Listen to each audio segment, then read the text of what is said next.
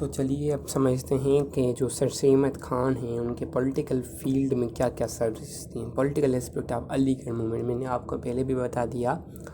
Sir Syed Ahmad Khan नाम बहुत ही कम आएगा, अलीगढ़ मूवमेंट आएगा, क्योंकि अलीगढ़ मूवमेंट ही सर सैयद अहमद खान ने स्टार्ट की थी। तो चलिए शुरू करते हैं। Sir Syed Ahmad Khan after the war of 1857 he had advised the Muslims to keep away from political politics of the country as long as they do not equip themselves with the necessary education।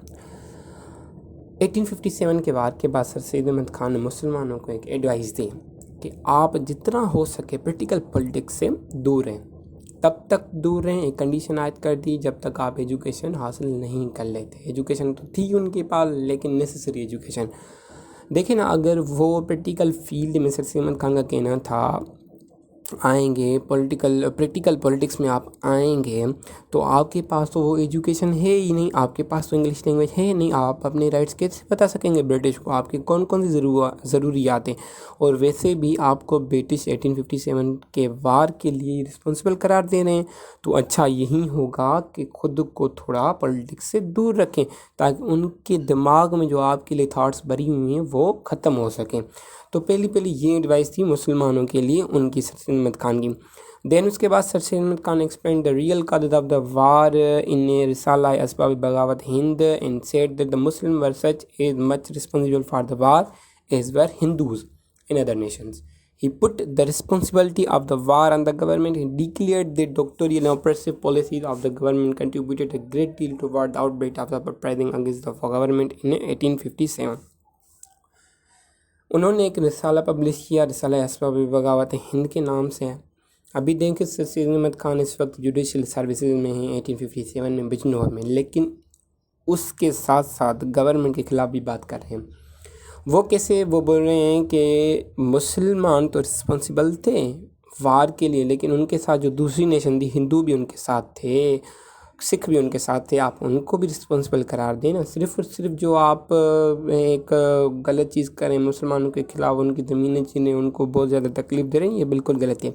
और उन्होंने तो ये बोल दिया कि जो भी वार हुआ है उसकी सबसे ज़्यादा में ज़्यादा जिम्मेदारी जो आती है वो गवर्नमेंट पर आती है, क्योंकि उनकी जो पॉलिसीज़ थी वो बिल्कुल गलत थी, और उसकी वजह से ये वार हुआ।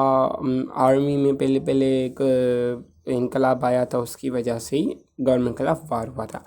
Sir Syed Ahmad Khan attributed the following reasons to the outbreak of the war of independence. उन्होंने बोल दिया कि कुछ रीजंस थे उनकी वजह से ये वार हुआ। Number first, non representation of Indian in the legislative council.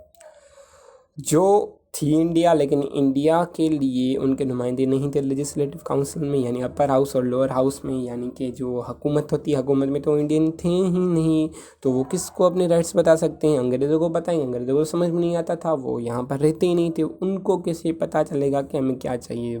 सबसे बड़ी वजह जो सर सैयद अहमद खान की नज़र में वो ये थी। देन उसके बाद forcible conversion of Indians to Christianity, ये बहुत बड़ी वजह है। यहाँ पर क्या हुआ कि क्रिश्चियन मिशनरीज आई, उन्होंने क्या किया, जो भी हिंदू थे, मुसलमान थे, सिख थे, कोई भी किसी भी मज़हब का था, बुद्धिज़्म, जैनिज़्म, उनको फोर्सेबल कन्वर्ट करते थे, किसमें? ईसाइयत में। देन उसके बाद management of Indian army. Indian army में पहले बगावत हुई, वो ये यूँ हुई थी कि जो उनके हथियार वगैरह थे, कुछ हथियार की जो खालें थी, उनकी जो स्किन थी वो सूअर से बनी हुई थी। मुसलमानों को ये चीज़ पसंद नहीं थी क्योंकि सूअर हराम है, और कुछ हथियारों की जो स्किन थी वो भैंस से बनी हुई थी, भैंस की खाल से बनी हुई थी, तो वो हिंदुओं को बहुत ही ज़्यादा तकलीफ़ देती। और जो ब्रिटिश में इंडियंस को भर्ती करते थे उन्हें स्पाइस बोलते थे। पहले जो मिसमैनेजमेंट हुई वो यहीं पर आर्मी पर हुई थी।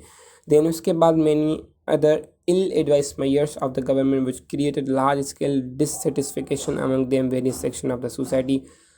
उसके बाद भी जो गवर्नमेंट थी उनकी बहुत ज़्यादा मिसमैनेजमेंट थी, उनकी जो एडवाइस थी, उनकी जो मेजर्स थी, उनकी जो भी कुछ था, वो जितने भी इंडियंस थे सोसाइटी उनको पसंद नहीं आया था, क्योंकि कभी भी उन्होंने किसी गैर मुल्की की हुकूमत उन पर नहीं की थी। ख़ास करके जो गोरे थे उनकी नस्ल में बहुत ही ज़्यादा ख़राब होते थे। In 1886 sir Syed Ahmad Khan formed British India association in Aligarh. 1886 में उन्होंने एक एसोसिएशन बनाई थी ब्रिटिश इंडिया एसोसिएशन के नाम से अलीगढ़ में। उस एसोसिएशन का काम यही था कि जो भी इंडियंस के राइट्स हैं वो ब्रिटिश को बताए जाएं कि इनको ये चीज़ ज़रूरत है, इनको ये चीज़ें ज़रूरत हैं। He wrote Loyal Muhammadan of India, in which he gave a detailed account of the royal services of the Muslim which they had rendered to the British rulers। तो उन्होंने एक और बुक लिखी, उन्होंने एक और आर्टिकल पब्लिश किया loyal Mohammedan of India. उसने उस आर्टिकल में उन्होंने ये बयान किया कि ब्रिटिश के लिए मुसलमानों की कितनी बड़ी सर्विसेज हैं। उन्होंने ये भी लिखा कि फ़र्स्ट टाइम जब ब्रिटिश आए थे उन्होंने आकर मुसलमानों से परमिशन ली थी ईस्ट इंडिया कंपनी की। तो जो भी सर्विसेज हैं वो हमारी वजह से आप यहाँ पर हुकूमत करें, अगर हम आपको मदद नहीं करते तो आप कभी भी यहाँ पर नहीं आ पाते। सो ये कुछ उनकी पॉलिटिकल एस्पेक्ट थी।